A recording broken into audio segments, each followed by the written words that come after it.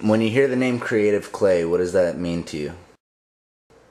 Creative Clay doesn't mean anything to me, but if I had to take a guess, I would think it had something to do with artists or children using clay creatively. Creative, like creativity, uniqueness, artistic, and then clay molding something, so artistically molding. Maybe mold someone or something into someone or something creatively, artistically. If you had a product or a piece of merchandise that you were interested in, would your interest increase if you knew that the proceeds from the sale would benefit a charity? Yes, it would definitely increase and entice me to purchase the product even more because, I mean, anything that's going towards a great organization or a good purpose is definitely going to entice me to buy a product. I think that when people are given the opportunity to buy something made by people who are handicapped, whether it's autism or any other mental dysfunction, that they're going to support that organization. And if I knew that something was being sold by Creative Clay and that it was basically a fundraiser for people who are limited in their abilities, I would certainly give it a second look as to the products, and I would be more inclined to buy something because I would be supporting people who needed the help. And I think that that certainly plays a role in my decision-making process. I think that anytime that I can help a charity or someone like that with purchase of their products, and I like the products, that is definitely the way I'd like to go. I think the fact that it's created by someone who has a mental disability and it's artistic, I mean, I would definitely like it. What kind of merchandise do you think that that these designs and these pieces of art would go well on? I think that some sort of a cubist design or a simple design by someone with Creative Clay would be more appealing to me on a shopping bag, perhaps, because I would be able to use it, and the design itself, even if it didn't appeal to me, I would be supporting a good organization like Creative Clay. I always enjoy the coffee mugs, the t-shirts.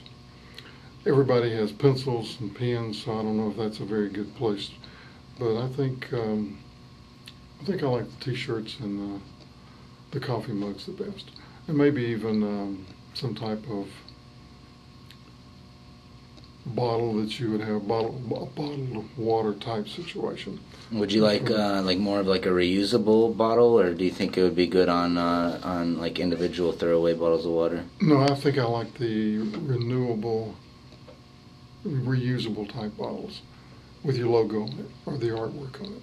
I feel like the canvas shoes idea is great, and t-shirts and water bottles and things like that, and maybe even wall art too. That could be another thing. Like posters? Well. Like posters or something that someone could put up in their house. I would think that their designs might go well on t-shirts for people who buy t-shirts, or possibly on small pieces of art that I might hang in a hallway or a bathroom.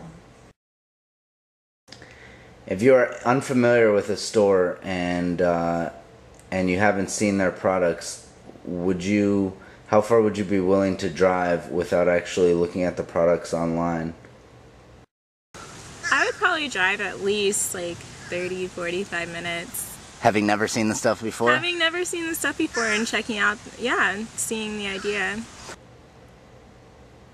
I suppose I would be willing to drive maybe 10 or 15 minutes to see a store that I hadn't heard about or didn't know anything about, but I certainly wouldn't go any more than 15 minutes perhaps. If I hadn't heard of a business before, I wouldn't drive more than 5 miles unless I've had the opportunity to look them up online. If I really like the products, I would probably drive farther too. Does the cost of your purchase influence how far you're willing to drive to buy something? for example, would, if you're buying a $55 bicycle bag versus a $4 greeting card, would you be more or less willing to drive to go see one in person rather than buy it online?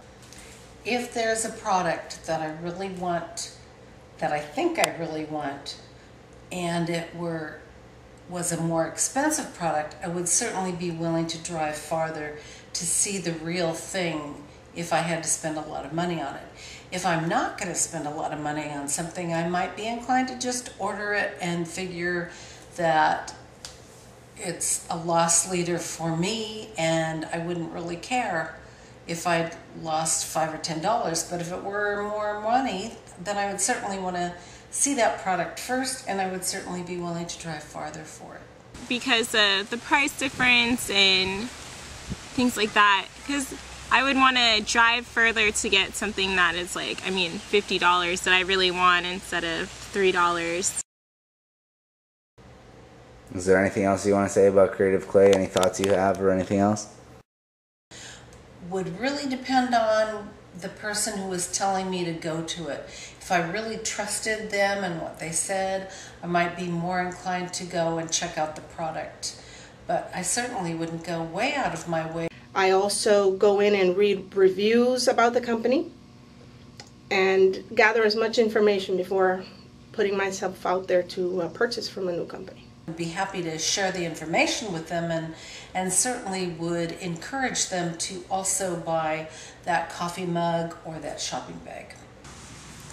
One issue that for a long time has really been pretty close to me is bullying. So I feel like that could be a really big issue that you could address. If they have a website, even better. I do go into the website, read about them. I might want to know more about Creative Clay, specifically who set it up, how did it come to be about, who does it help, where does the money go to when the Creative Clay products are sold.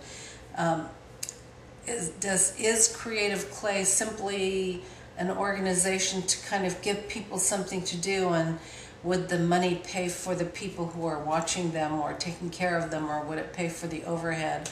I'd want to know more about the organization Creative Clay and how it got started.